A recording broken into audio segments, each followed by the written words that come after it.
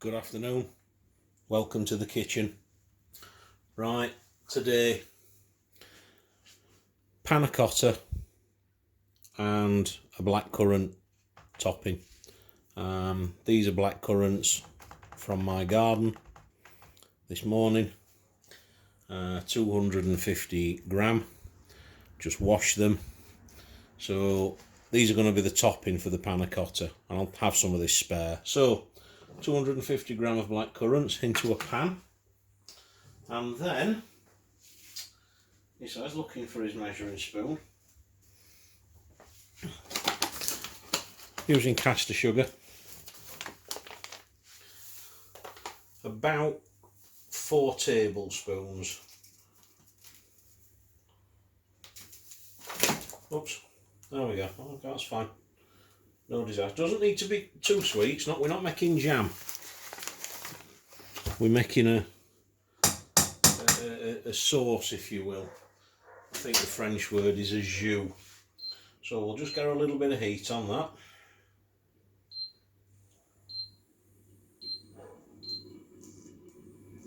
Okay.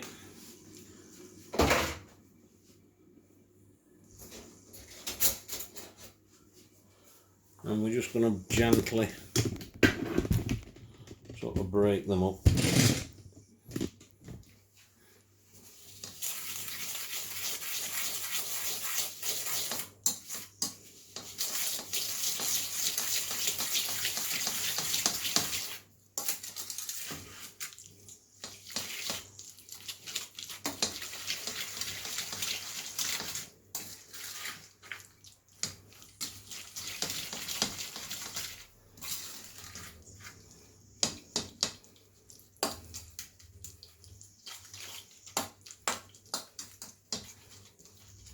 Right, I'm just going to cook those now for perhaps 15 minutes on a fairly gentle heat. I just want them to break down, dissolve the sugar. So I'll switch these to the other ring to keep them out of the way. And then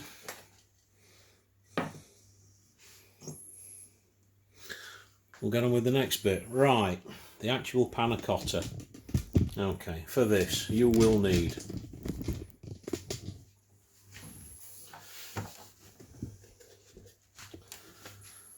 3 sheets of gelatin.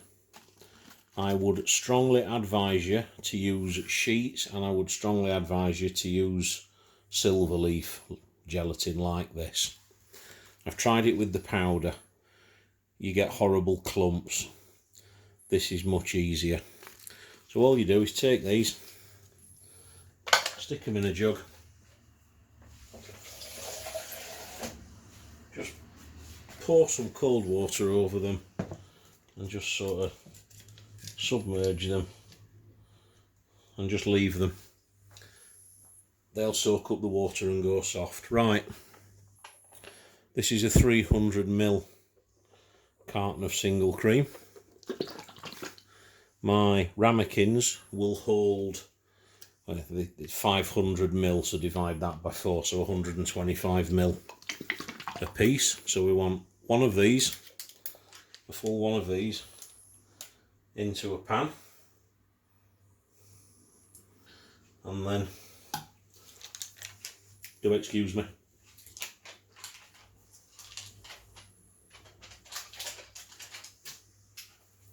delicious. This is gold top milk, so we want about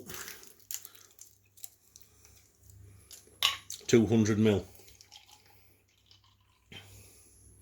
So probably to about, perhaps about there. Doesn't have to be perfect. Chuck that in.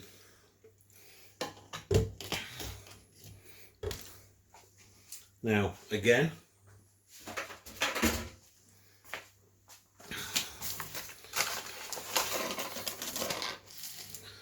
good tablespoon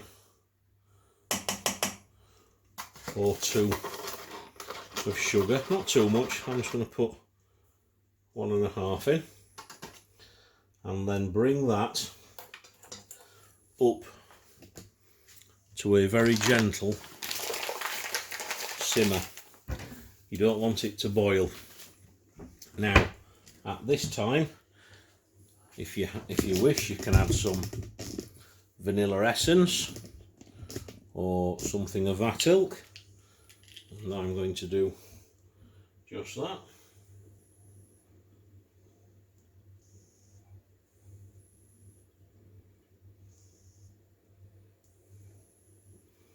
Okay, that's 10 drops of, actually that's Bavarian cream. This is really nice stuff.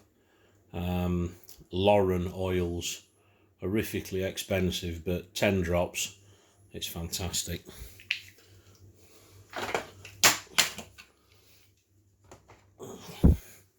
As you can see, I have quite a collection. So I'm just going to let this jam, well I say jam, this jus, just cook out for 15 minutes. I want it to boil, but as I say, we're not making jam, so I don't want it to boil to the point where it's setting, and we're just going to bring the cream up to about 90 degrees C as though we were doing a custard. So once that's done, I'll come back.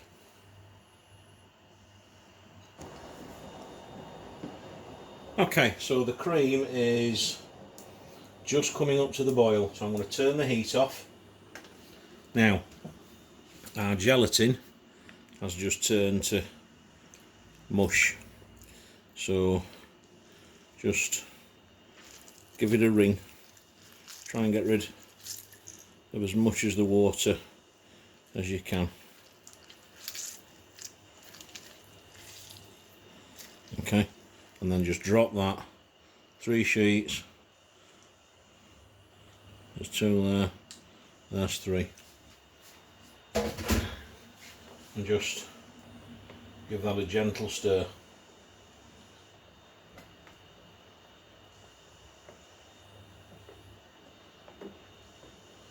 Just make sure it's all, and this was the problem I had with the powdered gelatin. I couldn't get it to dissolve properly. The leaf gelatin works much better.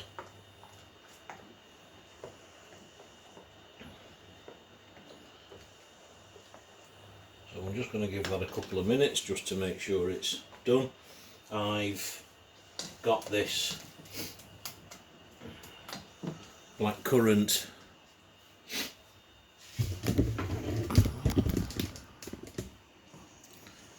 syrup now just coming up to bubble. I'll just keep giving it a good press. All of the pectin in blackcurrants is in the skin and the seeds, but we don't want them on top of the Panna Cotta. Now I do this as well with red currants. You can do it with white currants, and that's very nice, quite interesting because it's nearly clear. You can do it with raspberries, you can do it with strawberries. So it's just a case of trying to get rid of quite a lot of the water. As I say, we don't want a jelly, a solid jelly. We're not after a jam, we're after a firm setting liquid, if that makes sense. So right, okay, let's just go back to the Panna Cotta. This one's now frigging, and it's several hours to set.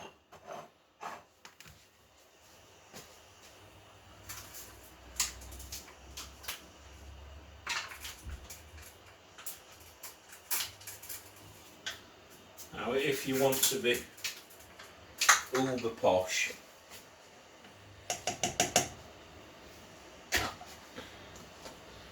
run it through a sieve.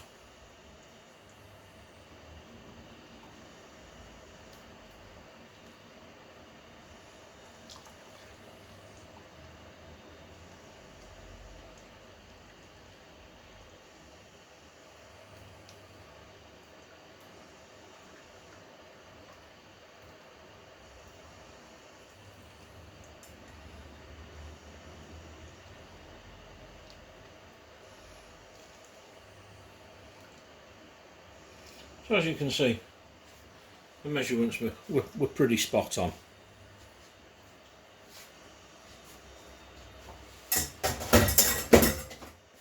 And they now just want to go into a fridge to chill for at least 4 or 5 hours, ideally overnight. Now we've got the, and I'll just bring this back over here and just turn off that ring now so we can see.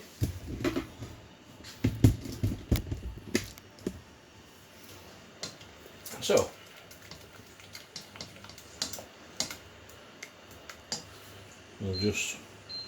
we'll up the heat a little bit more. I'm just going to put those in the fridge.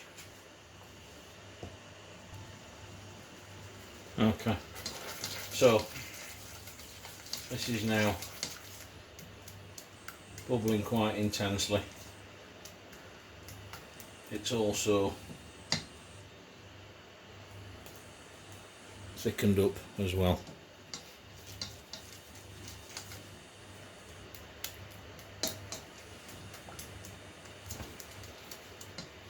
Must stop doing that.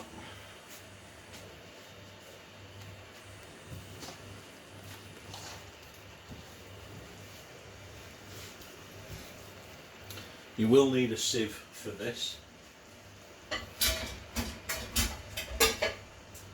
Finer the better.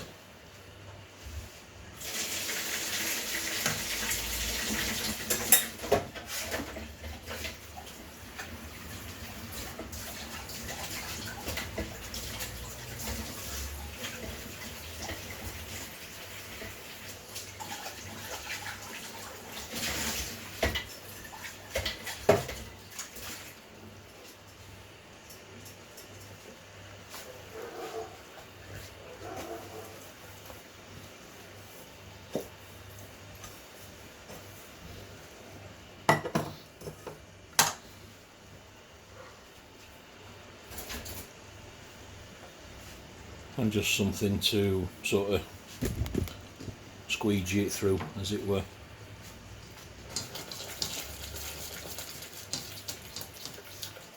Okay, I'm pretty happy now that this is done. So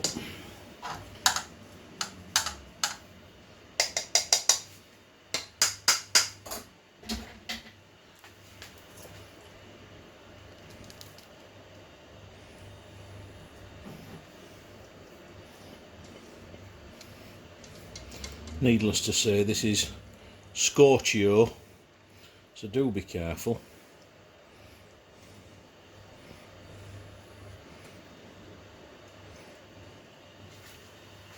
I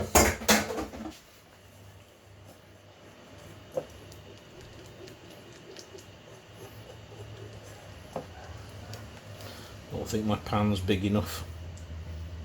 Okay, I think we're okay. Yeah, I think we're okay.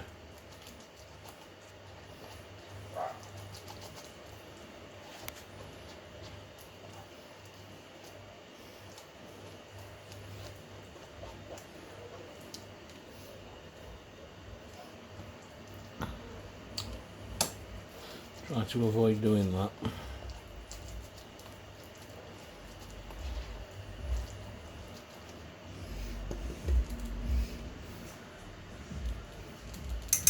And I think, sorry I missed most of that, I do apologise, that was silly of me to not put the screen on, but it is just a case of just doing that until you're left with essentially just the pulp.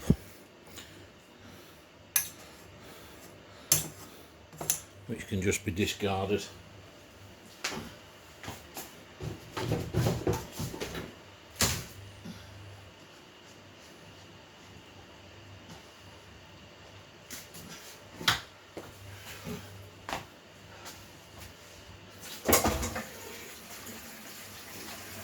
And there is your blackcurrant sauce. Now, when the panna cotta has set and this has cooled down, we'll just simply pour it over the top, put it back in the fridge, leave this to chill, and then sprinkle with some icing sugar, sprig them in, and wallop, done. A dead simple dessert. Nice. Tart, but sweet. So, folks, I'll show you when we've got the finished article. But I'm going to put this in the fridge because obviously it is very, very hot, and do a bit of cleaning up. I'll be back shortly. Good evening. Right, so it's the day after. These have now, as you can see, firmed up nicely. So just to finish off,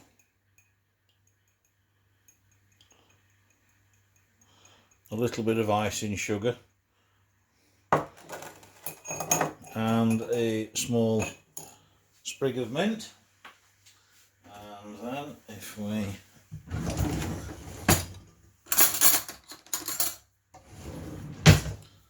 take a spoon. Actually, I must admit that wasn't icing sugar. I haven't got any. It was caster sugar, and I'd ground it up. And obviously, as you see, as soon as it hit the blackcurrant sauce, oh, let's have a.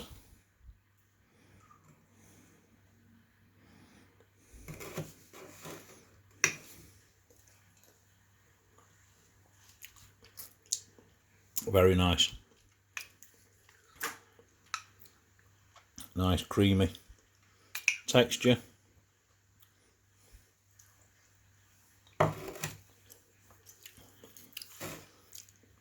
Yep. Definitely recommended. Thanks for watching.